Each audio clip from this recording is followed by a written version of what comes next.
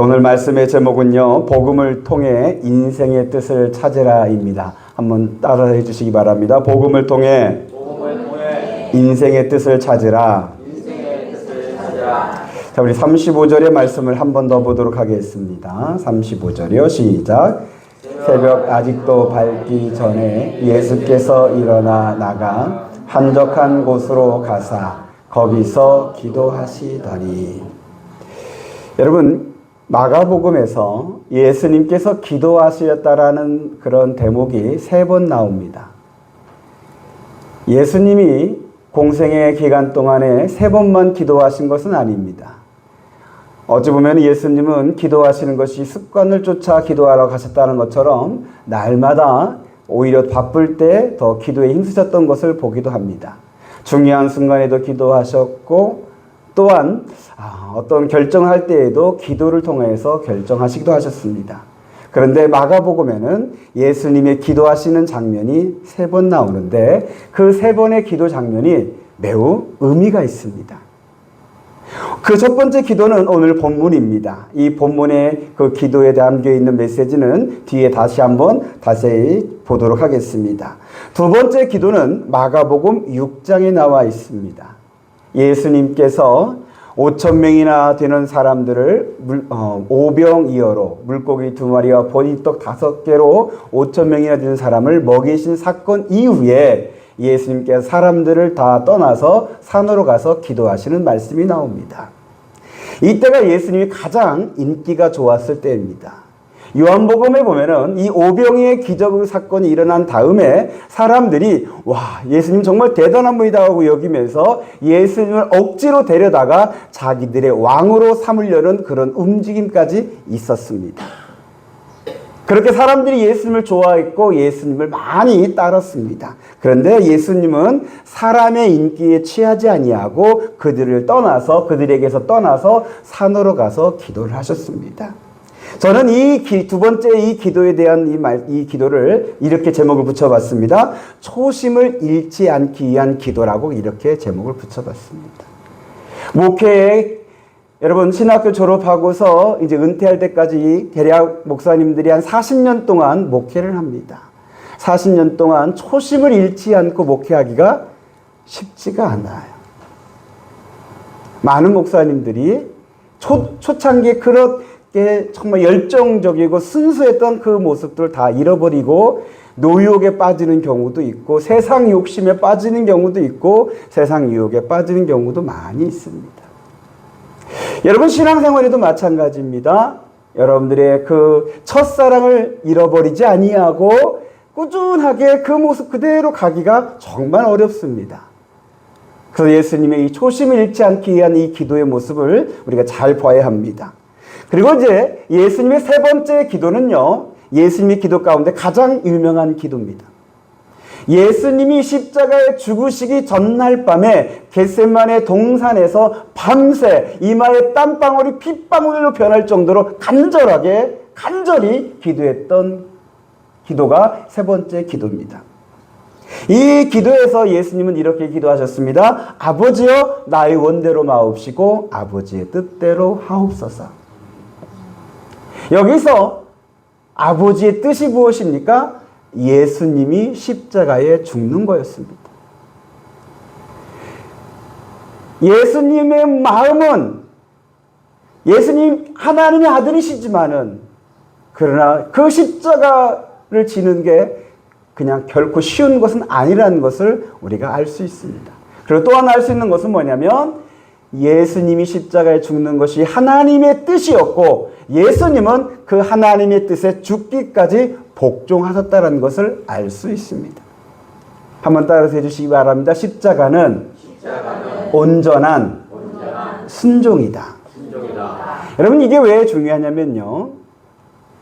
로마서에 보면은 이런 말씀이 나옵니다. 한 사람 아담이 불순종함으로 세상에 죄가 들어왔고 세상에 죄가 이제 지배하게 되었다라고 말을 합니다. 그리고 반면에 한 사람 예수 그리스도가 온전히 순종함으로 말미암아 하나님의 의가 하나님의 생명이 우리에게 이루어졌다라고 말씀에 기록하고 있습니다. 예수 그리스도의 온전한 순종으로 말미암아 저와 여러분들이 구원받는 구원의 문이 열리게 된 줄로 믿습니다. 그래서 예수님의 세 번째 기도는 순종하기 위한 기도예요. 성도 여러분, 여러분들이 하나님의 뜻에 순종하고자 한다면 이 기도를 여러분들이 기억하시길 바라요. 내 뜻대로 마옵시고 아버지 뜻대로 하옵소서. 이 기도를 하면서 여러분들의 뜻을 내려놓고 하나님의 뜻을 쫓아가는 순종의 발걸음, 순종의 모습이 저와 여러분에게서도 이루어지기를 소망합니다. 자, 이렇게 마가복음에서 세 번 기록했던 말씀을 잠깐 보았는데요. 오늘 다시 첫 번째 기도, 오늘 본문이 첫 번째 기도의 내용입니다. 이 첫 번째 기도에는 어떤 의미가 담겨져 있을까? 이 예수님의 이 기도를, 이 본문을 통해서 무엇을 우리에게 가르쳐 주고자 하신 것일까? 다시 본문으로 자세하게 한번 들어가 보도록 하겠습니다. 예수님께서 기도하실 때에 제자들이 예수님을 찾아왔습니다. 그리고 이렇게 말합니다. 모든 사람이 주를 찾나이다. 여기서 말한 모든 사람들이라는 것은 가버나움 동네의 사람들을 말합니다. 전날에 안식일에 예수님께서 가버나움의 회당에서 말씀을 가르쳐 주셨고, 그리고 귀신을 쫓아내셨고, 그리고 베드로의 장모의 열병을 고쳐 주셨고, 그 다음에 찾아왔던 많은 사람들의 각색 병들을 고쳐 주셨습니다. 이것이 전날에 있었던 사건이에요. 이 놀라운 사건이 밤새 소문이 퍼진 거예요. 그래서 가버나움에 있는 모든 사람들이 예수님을 찾아온 거예요. 예수님이 어떤 분이신가 대한 호기심으로 왔을 수도 있겠고요. 그리고 자기의 병이나 가족의 병을 고쳐달라고 간구하려고 예수님을 찾아왔기도 했겠지요. 저는 우리 양문교회에 이런 일이 일어나기를 소망합니다. 아멘. 크게 한번 해주시죠. 우리 양문교회에 와서 예배하는 사람들이 예배드리다가 병이 고침받고, 여러분들이 기도한 것이 응답받고, 그래서 기독교가 하나님의 능력이라는 것이 증명이 되어서 이 마을 사람들이 소문이 나서, 이 마을 사람들 도대체 양문교회는 무슨 일이 있는가? 하나님의 능력이 도대체 어디까지인가? 와보고 싶다. 호기심이라도 와보고 온 사람들이 은혜 받고, 은혜 받은 사람들이 예수 믿어서 하나님 섬기는 그 부흥이 우리 양문교회에서 일어나기를 소망합니다. 그런데 이제 예수님의 반응은 우리가 생각과는 조금 다르게 갔습니다. 우리 38절을 보겠습니다. 38절이요. 시작. 이르시되 우리가 다른 가까운 마을들로 가자. 거기서도 전도하리니 내가 이를 위하여 왔노라 하시고. 많은 사람이 주를 찾아왔다라고 제자들이 말을 했는데 그 말에 예수님의 대답은 우리가 다른 마을로 가자. 그 사람들이 있는 길로 가지 말고 다른 마을로 가자. 거기서도 전도하자라고 말합니다. 이제 역사학자가 조사한 바에 의하면 예수님 당시에 갈릴리 그 호숫가에는 200여 개의 마을들이 있었다고 합니다. 적지 않죠? 이제 그 마을 다 돌진 않았겠지만, 그러나 다른 마을들이고 이제 찾아가자라고 예수님이 말씀을 하신 겁니다. 가서 무슨 일을 하자 하시냐면 전도한다라고 말씀하십니다. 여기서의 전도는 이제 마가복음 1장에 보니까 예수님의 전도는 뭐였습니까? 하나님 나라를 알려주는 거였습니다. 때가 찼고 하나님의 나라가 가까이 왔으니 회개하고 복음을 믿으라는 것이 예수님의 전도였습니다. 자, 그런데 여기서 우리가 눈여겨보아야 할 예수님의 말씀 하나가 있습니다. 그게 뭐냐면 내가 이를 위하여 왔노라. 한번 따라서 해주시기 바랍니다. 내가 이를 위하여 왔노라. 자, 여기서 여러분, 여기서 왔다라 했는데 어디에서 어디로 온 걸까요?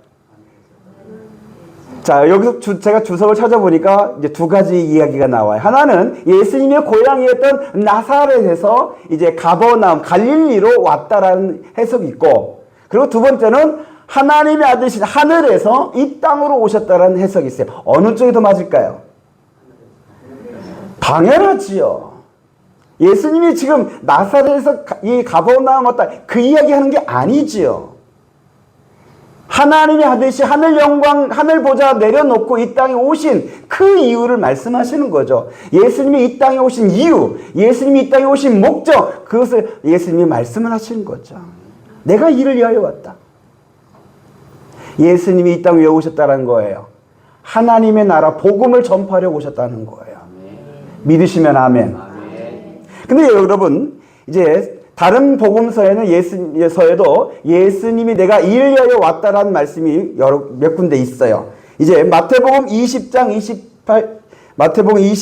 28절 말씀에 보면 이런 말씀 있습니다. 다시 보겠습니다. 시작. 인자가 온 것은 섬김을 받으려 함이 아니라 도리어 섬기려 하고 자기 목숨을 많은 사람의 대속물로 주려 함이니라. 아멘. 여기서 인자는 누구예요? 예수님이시죠. 예수님이 온 것은 섬김을 받으려는 것이 아니라 섬기려는 건데, 그 섬김이 뭐예요? 자기의 목숨을 많은 사람을 위한 대속물로 주려는 것이다. 누가복음 19장 10절 말씀에 또 이런 말씀, 예수님이 이렇게 말씀하셨어요. 시작. 인자가 온 것은 잃어버린 자를 찾아 구원하려 함이니라. 요한복음 10장 10절에 또 이런 말씀이 있어요. 시작. 내가 온 것은 양으로 생명을 얻게 하고 더 풍성히 얻게 하려는 것이다. 예수님께서 직접 밝히신 내가 이 땅에 온 이유, 목적, 이것을 이 여러 말씀들을 조합해보면 이렇습니다. 사람들에게 하나님의 나라를 가르쳐주고, 그리고 하나님의 나라가 이루어질 수 있도록 자기의 생명을 대속물로 내어주고, 그리고 예수 믿는 자를 누구든지 다 구원하여 하나님의 나라에 들어갈 수 있게 하는 것이 예수님이 이 땅에 오신 이유요, 목적이라고 예수님이 직접 말씀하고 계시는 거예요. 그리고 여러분, 예수님은 이 목적을 다 이루셨어요. 예수님이 십자가에 죽으실 때 7마디의 말씀을 하셨어요. 근데 그 7마디의 말씀 가운데 다 이루었다라는 말씀을 하셔요. 한번 따라서 해주시기 바랍니다. 다 이루었다. 다 이루었다. 제가 왜 따라하라 하냐면 여러분들이 눈이 자꾸 감기니까 눈을 띄우게 하려고 따라하라 했어요. 다 들었으니까 이제 자도 되겠다, 그 뜻은 아니죠. 여러분, 예수님이 십자가에 죽으실 때 우리의 나이로 한다면 33살이에요. 참 젊은 나이죠. 그리고 참 편안하게 죽으신 게 아니에요. 십자가에서 그 고통 가운데 죽으시는 거예요. 근데 그 죽음의 순간에 예수님은 다 이루었다라고 말을 한 거예요. 뭘 이룬 걸까요? 자기 인생의 목표를, 계획을, 하나님의 뜻을 이룬 거예요. 근데 여러분, 예수님의 첫 번째 기도는 바로 이 땅에 오신 그 목적을 찾는 기도였어요. 그래서 제자들에게 내가 이를 위하여 왔다라고 이렇게 이 말씀을 하신 거죠. 근데 여러분, 우리가 이렇게 생각할 수 있을 거예요. 예수님은 하나님의 아들이시기 때문에 본래부터 이 땅에 오신 목적을 예수님은 알고 계시지 않았을까? 그런 생각, 그런 의문 안 가져보셔요? 여러분, 설교 들을 때 생각 없이 듣는 거 아니죠? 생각하시면서 들으셔야 돼요. 그래야 안 졸려요. 가만히 멍하고 들으면 졸려요. 여러분이 설교를 들으시다가 하나님의 아들이신데 아마 오실 때부터 알고 계시지 않았을까? 근데 굳이 이렇게 기도의 시간을 가지신 이유가 있을까? 저는 설교를 준비하면서 이 생각이 계속 드는 거예요. 여기서 멈춰갖고 앞으로 더 나가기 힘들었어요. 그러다가 제가 찾은 게 뭐냐면 이것은 우리를 위함이다. 예수님이 하신 것 중에는 우리에게 본을 보여주시는 것들이 많이 있어요. 내가 너희를 사랑한 것 같이 너희도 서로 사랑하라는 것처럼 사랑의 본을 보여주신 것처럼 예수님이 오늘 이것은 뭐냐면 우리에게 기도의 본을 보여주신 거예요. 어떤 기도냐? 우리의 인생에 담겨있는 하나님의 뜻을 찾는 기도. 여러분, 기도가 단지 뭘 달라고 찾고 구하고 두드릴 이것만 기도라고 생각하지 마십시오. 여러분 인생에 담겨있는 하나님의 뜻을 찾는 이 기도를 반드시 해야 한다는 것을 예수님이 가르쳐주고 계시는 거예요. 사랑하는 성도 여러분, 우리 인생에는, 나의 인생에는 나를 지으신 하나님의 뜻이 있어요. 믿으십니까? 여러분, 여차저차해서 태어났기 때문에 뭐 태어났으니까 어쩔 수 없이 살다가 죽으면 그만이지 라고 하는 이런 말은 입 밖으로도 내지 마십시오.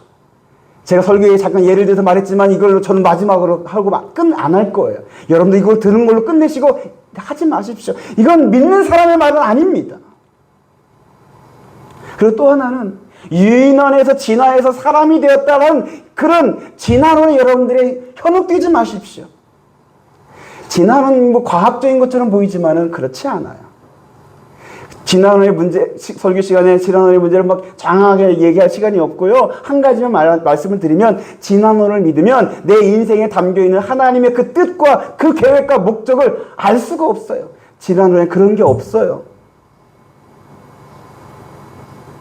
진화론을 믿으면 그냥 생존하기 위해서, 자기 야망을 위해서 사는 그런 쪽으로만 갈 수밖에 없는 인생이 돼요.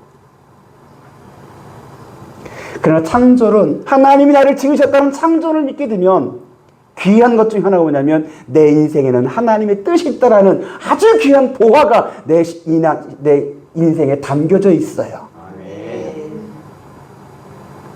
하나님이 나를 지으시고요, 그냥 나를 세상에 보내신 것이 아니라 내 인생에, 여러분들의 인생에 하나님의 뜻을 담아놓으시고 보내주신 줄로 믿습니다.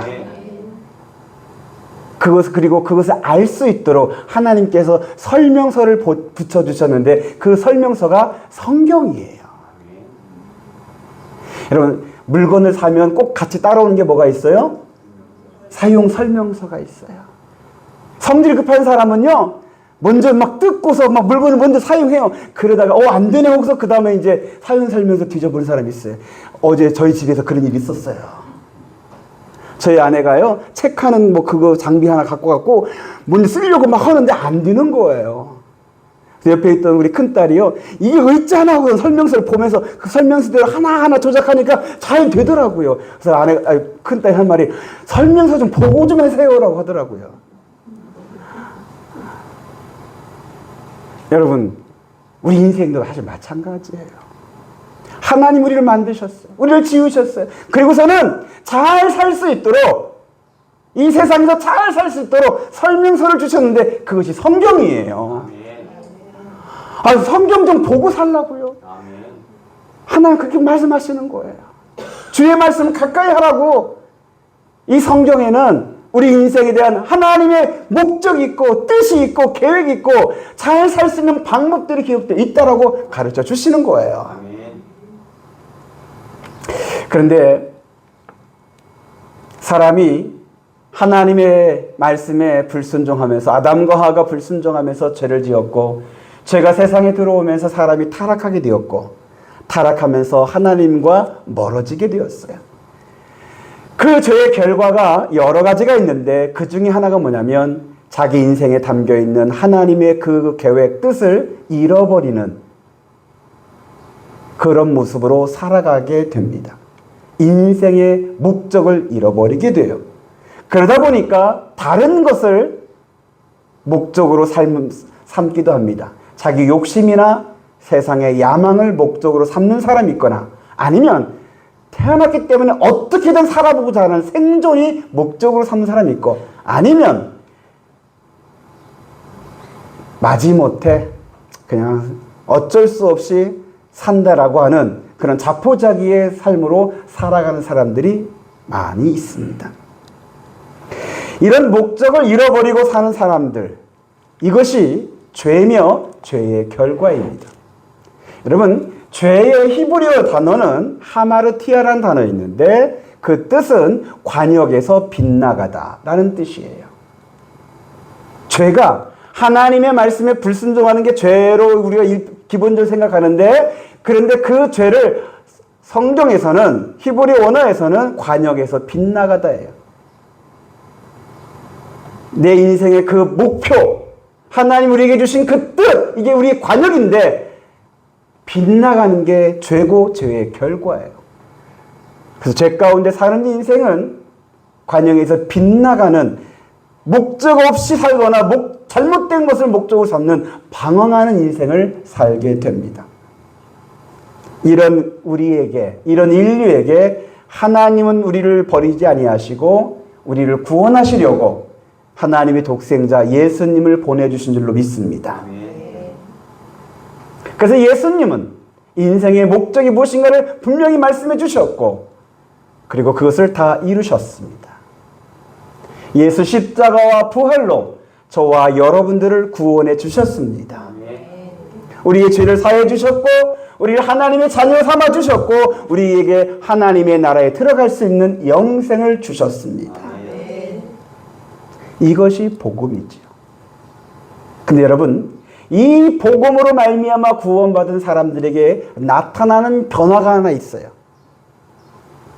진짜 구원받은 사람은 이 변화가 일어나더라고요. 근데 그 변화가 뭐냐? 자기 인생에 담겨있는 하나님의 뜻을 찾아요.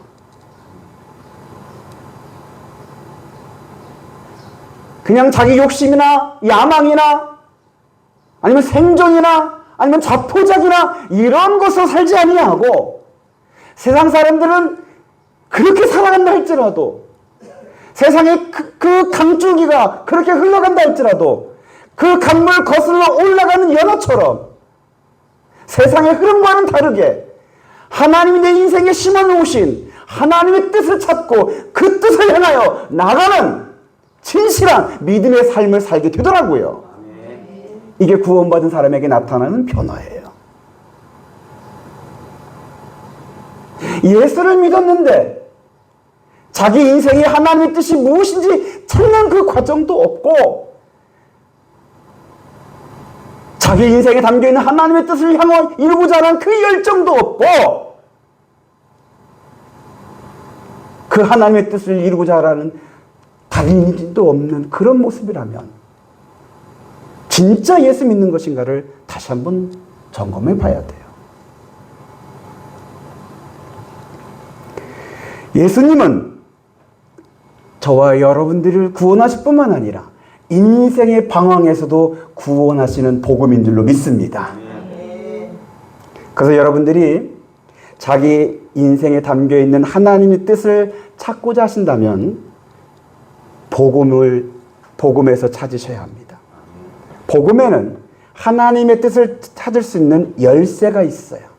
오늘 거기까지 말씀을 드리고자 합니다. 내 인생에 담겨져 있는 하나님의 뜻이 무엇일까?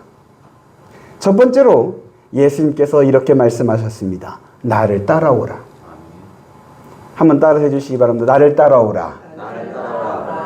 그리고 예수님이 이렇게 말씀하셨죠. 내가 곧 길이요 진리요 생명이니 나로 말미암지 않고는 아버지께로 올 자가 없느니라.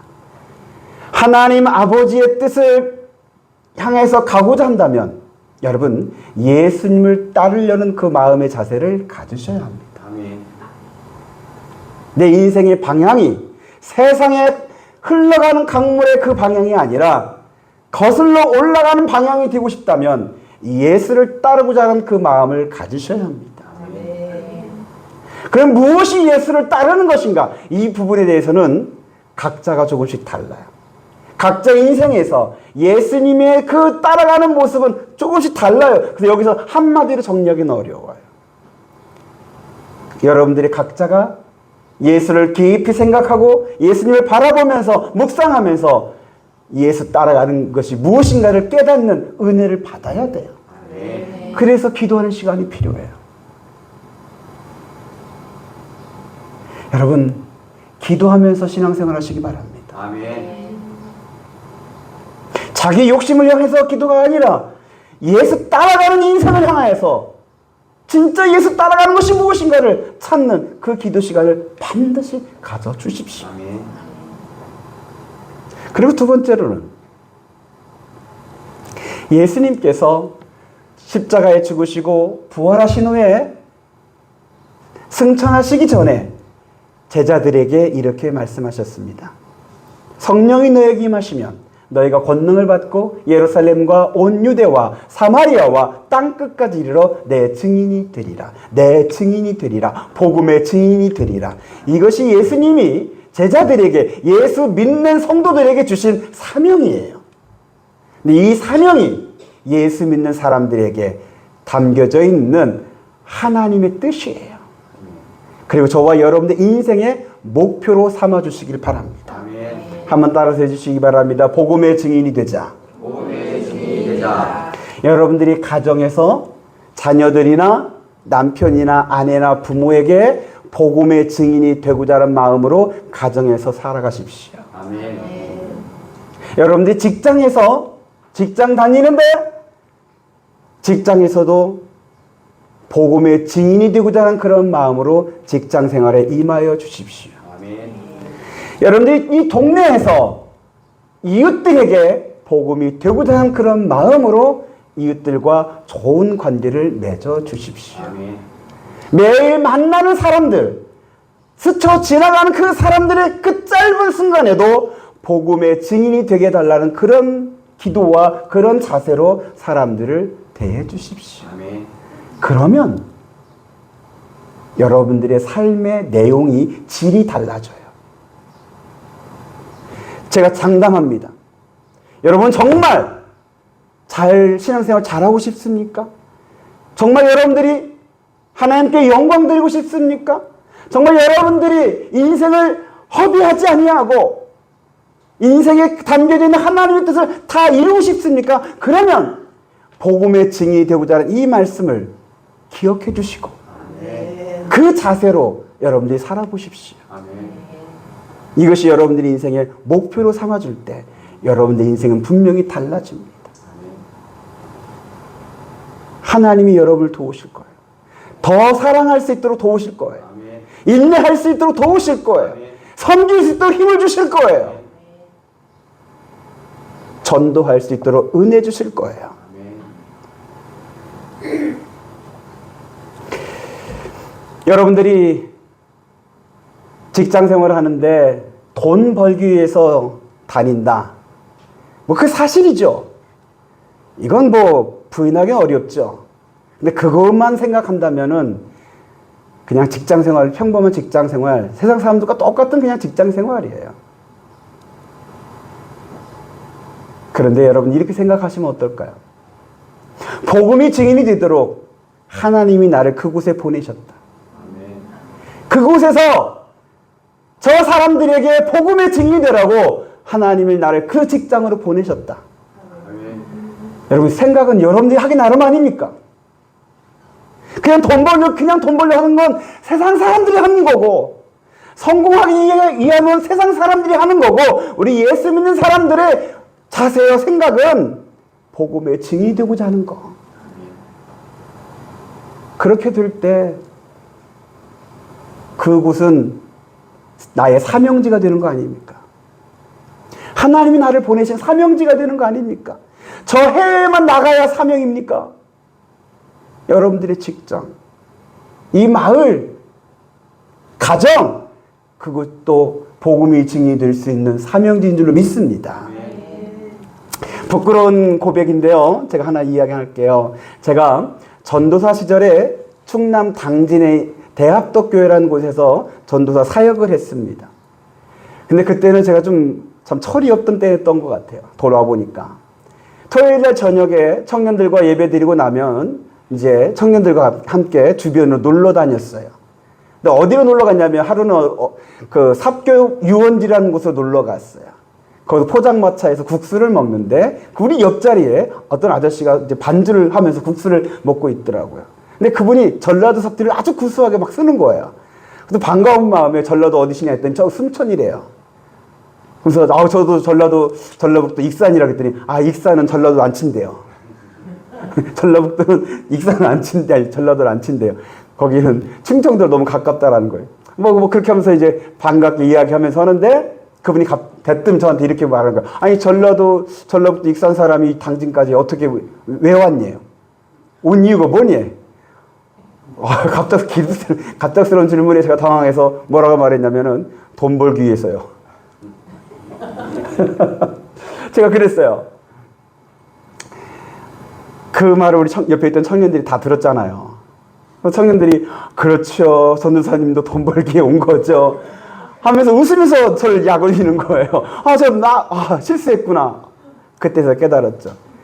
근데 그때 정말 제가 철이 없던 거기도 하지만 복음을 몰랐어요. 전도사이기 때문에 당연히 사명의식 갖고 해야 한다. 그것도 몰랐어요. 그냥 대학 등록금 받기 위해서 온 거기도 했거든요. 여러분, 전도사이기 때문에, 목사이기 때문에 자연스럽게 사명의식 갖는다? 아니에요. 복음을 통해서 인생의 목적을 찾지 않으면 어디에서 무슨 일 해도 그냥 직업으로 여기는 사람들이 많아요. 그냥 사건이 되는 거예요. 근데 여러분, 반대로 여러분들이 직장 생활하고 그냥 동네에서 살아가고 있는데 복음으로 인생의 뜻을 찾으면 돈 벌기 위해서 그곳 가는 것이 아니라 복음의 증인되기예요. 복음 전하기예요. 그곳을 다니는 예수님의 모습처럼 그런 예수 닮은 사람, 인생의 목적을 다 이룬 그 사람이 될 수 있는 줄로 믿습니다. 여러분, 오늘 마지막 절 39절 한번 다 같이 한번 보세요. 39절이요. 39절 다 같이 한번 읽어보겠습니다. 시작. 이에 온 갈릴리에 다니시며 그들의 여러 회당에서 전도하시고 또 귀신들을 내쫓으시더라. 아멘. 예수님께서 이렇게 자기의 온 것의 목적을 하나씩 이루셨어요. 하나씩 이루시더니 결국에는 다 이루었다라고 말씀하시는 그 목적을 완수하는 그 모습까지 가게 된 거예요. 사랑하는 성도 여러분, 저와 여러분들은 예수를 믿는 구원받은 성도인 줄로 믿습니다. 그런 구원은 받았는데 여전히 여러분들의 인생을 각기 제 길로, 자기가 원하는 길로 하나님의 뜻과는 상관없는 방황하는 그런 모습으로 살지 마시고 내 인생에 담겨져 있는 하나님의 뜻을 조금씩 하나씩 이루어 가시면서 살아가 주시기를 부탁드리겠습니다. 그래야 해서 저와 여러분들이 언제일지는 모르겠지만 하나님이 나를 부르실 때, 이 세상에서 나의 시간이 다 되어서 하나님 나를 부르실 때에 예수님께서 십자가에서 말씀하셨던 그 한마디, 다 이루었다는 그 말을 감히 저도 여러분도 고백할 수 있는 그런 멋진 삶이, 멋진 신앙생활이 되실 수 있게 되기를 우리 주 예수 그리스도의 이름으로 축복합니다.